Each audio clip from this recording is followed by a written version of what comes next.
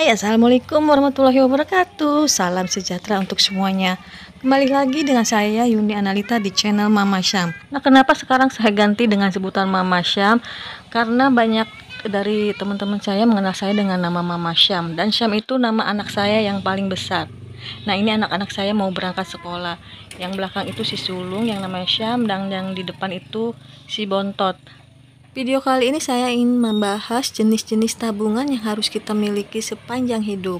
Simak terus sampai selesai teman-teman, dan jangan lupa support terus dengan cara like, komen, dan subscribe.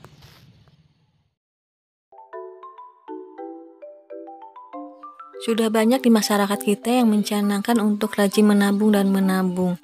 Baik yang gajinya harian di bawah UMR maupun gajinya yang di atas UMR, dan itu wajib untuk mereka untuk memiliki tabungan. Tapi tahu nggak sih jenis tabungan apa aja yang harus kita punya sepanjang hidup? Ada 3 jenis tabungan yang harus kita punya sepanjang hidup.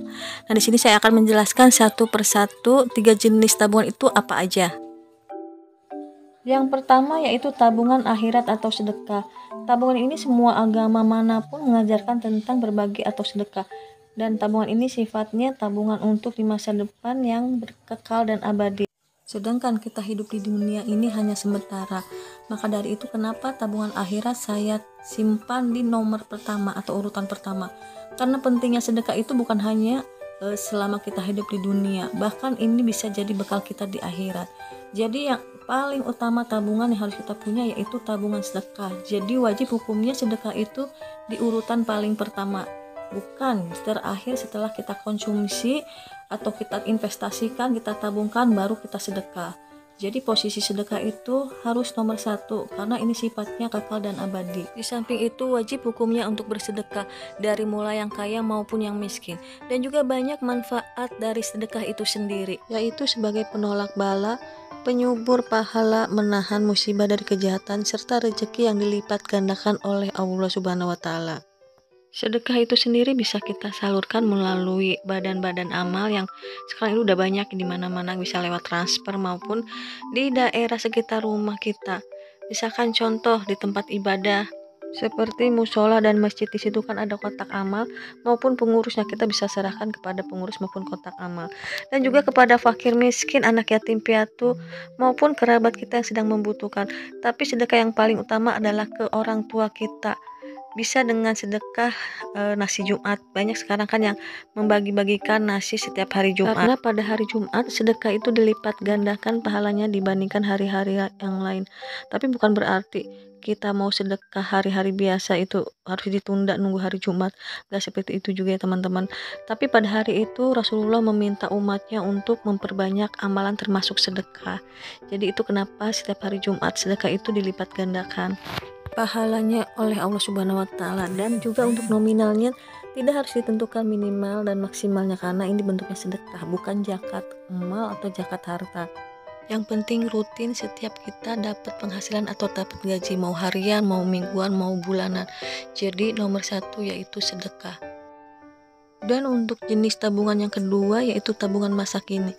Nah, tabungan masa kini itu tabungan yang bisa kita pergunakan di saat kita sedang butuh.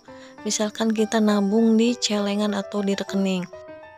Jenis tabungan ini justru sangat kita butuhkan di masa sekarang ini.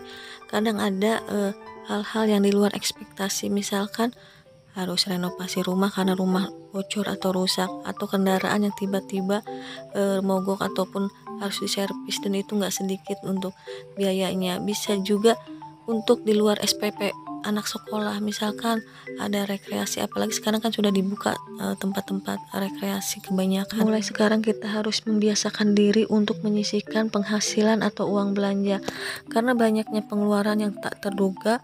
Kalau uang tidak ditabung akan menguap seperti asap.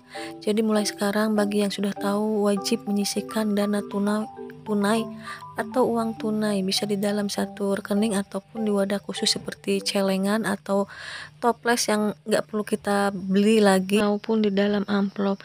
Dan tidak boleh diotak-atik kecuali sangat urgent atau butuh sekali. Sekalipun kita ibu rumah tangga, kita harus memastikan kondisi keuangan kita tetap sehat, karena jika kondisi keuangan kita tetap sehat, insya Allah keharmonisan rumah tangga kita pun akan sehat. Jadi kita juga wajib untuk memastikan keuangan kita tetap stabil. Dan tabungan yang ketiga yaitu tabungan masa depan. Nah, ini salah satu juga wajib kita punya, karena kita nggak tahu finansial kita di masa depan apakah akan baik-baik saja atau kebalikannya. Maka dari itu tabungan masa depan juga harus kita pikirkan dari sekarang. Dan bagaimana cara kita menabung untuk masa depan? Banyak cara kita menabung untuk masa depan. Misalkan salah satunya kita bisa menabung di logam mulia emas. Jadi kita bisa nabung sedikit-sedikit, lalu kita bisa belikan logam mulia emas minimal 1 gram. Dan yang kedua, nabung di saham. Tapi untuk yang awam saya sarankan lebih baik di logam mulia, karena saham butuh ilmu atau kita harus belajar lebih dulu. Dan yang ketiga itu properti berupa rumah maupun tanah. Dan itu pilihan untuk teman-teman, terserah mau atau mampunya di properti atau di saham atau di logam mulia.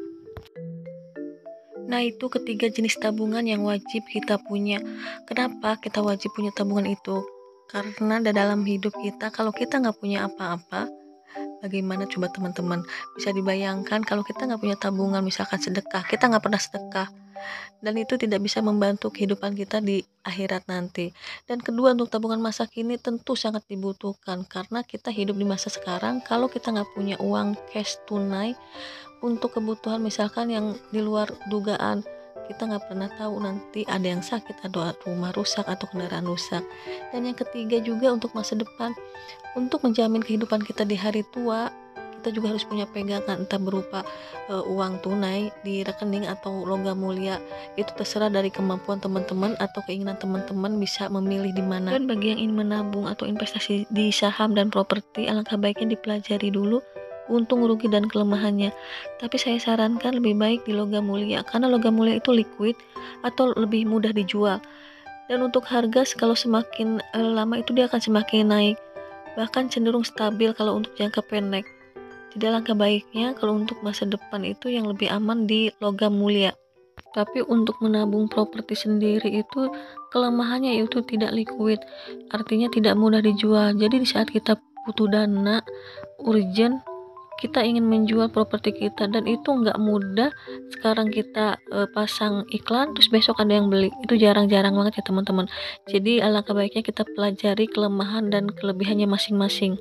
Tapi untuk properti dan logam mulia sendiri tidak akan pernah rugi, karena cenderung naik. Semakin lama harga properti dan logam mulia itu akan naik. Jadi nggak ada ruginya kalau kita mau menabung atau investasi di logam mulia maupun properti. Bagaimana untuk saham itu sendiri? Teman-teman bisa cek di Google atau di YouTube. Sekarang udah banyak yang share bagaimana cara investasi di saham. Jadi bagi teman-teman yang tertarik, boleh silahkan cek di YouTube dan pelajari. Dan juga sekarang kalau nggak salah banyak aplikasi-aplikasi tentang saham atau investasi saham. Jadi teman-teman bisa belajar di situ. Nah, demikianlah video saya tentang 3 jenis tabungan yang harus kita punya. Semoga bermanfaat untuk teman-teman. Sebelumnya mohon maaf ya kalau dubbing saya kurang bagus, karena saya juga masih tahap belajar. Dan untuk teman-teman yang udah nyimak sampai selesai, saya ucapkan terima kasih banyak. Semoga teman-teman bisa termotivasi dengan adanya video saya ini yang membahas 3 jenis tabungan yang harus kita punya. Dan sampai di sini teman-teman, terima kasih banyak. Wassalamualaikum warahmatullahi wabarakatuh.